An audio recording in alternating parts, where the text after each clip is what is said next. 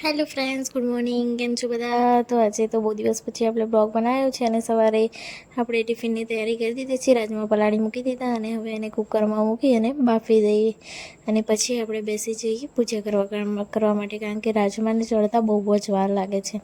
પછી આપણે ભગવાનની આરતી કરી, પૂજા કરી અને આરતી કરી અને પછી આપણે જે મેથી પલાળી હતી તે મેથીનું પાણી પી લીધું અને પછી આપણે લોટ બાંધી દીધો.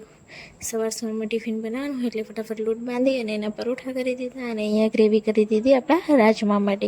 અને રાજમા સરસ બફાઈ ગયા છે, મૂકી દીધા અને પછી ફાઇનલી બનાવી દીધા આપણે રાજમા. અને પછી હવે પાણી આવી ગયું હતું એટલે આપણે પાણી ભરી દીધું અને અહીંયા નાના નાના મારા છોડવાઓને પાણી પીવડાવી દીધું. અહીંયા અમારા છોડના પાન ખબર નહીં કાળા થઈ જાય છે. કોઈને ખબર હોય કે આ શેનાથી થાય છે તો મને કમેન્ટ જરૂર કરજો.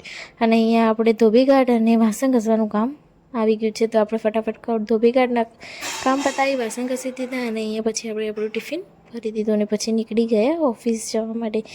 અને પછી આપણે ઓફિસ પહોંચી ગયા, ગણપતિ દાદાના દર્શન કરીને દિવસની શરૂઆત કરી દીધી અને અહીંયા આપણે આપણું કામ સ્ટાર્ટ કરી દીધું. અને ઉનાળો છે એટલે બહુ જ ગરમી લાગી હતી એટલે આપણે પહેલાં ફટાફટ પાણી પી લીધું. બહુ જ તરસ લાગી હતી મને એટલે. અને પછી આપણે આપણું ઓફિસમાં કામ સ્ટાર્ટ કરી દીધું. અને પછી બ્રેકમાં આપણે થોડી વાર આંટા માર્યા. ટિફિન તો તમને ખબર જ હતી જે મેં બનાવ્યું હતું. અને પછી પાછું આપણે કામ સ્ટાર્ટ કરી દીધું અને પછી સાંજે આવી ગયા હતા ઘરે. અને પછી ઘરે આવી અને આપણે સાંજની રસોઈની તૈયારી કરી દીધી. અહીંયા લોટ બાંધી દીધો હતો અને આજે બનાવવાની હતી મગની દાળ. તો મગની દાળ બનાવવા માટે પછી આપણે હિંચકામાં બેસી ગયા થોડા મરચાં સમારવા અને લસણ ફોલવા માટે. સરસ ઠંડુ વાતાવરણ હતું અને પછી આપણે હવે અહીંયા ખાંડણીમાં બધો મસાલો જે હતો એ પીસી લીધો.